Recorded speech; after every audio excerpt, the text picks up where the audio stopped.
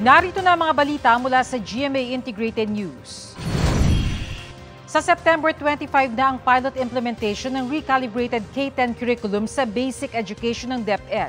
35 paaralan mula sa Metro Manila, Cordillera Administrative Region, Ilocos Region, Cagayan Valley, Central Visayas, Soc-Sargen at Caraga ang lalahok sa bagong matatag K-10 curriculum.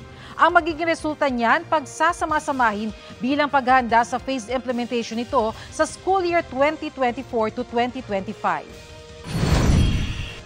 Narito naman ang iba pang balitang binabantayan ng GMA Integrated News. Paring mula sa Eastern Samar na ng abuso umano ng mga menor de edad, sinibak ni Pope Francis.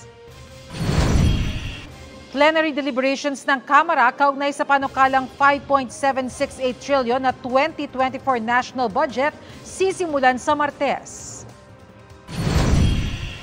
At pagulang dulot ng thunderstorm, asahan sa Bataan, Laguna at Batangas sa mga susunod na oras ayon sa Pag-asa.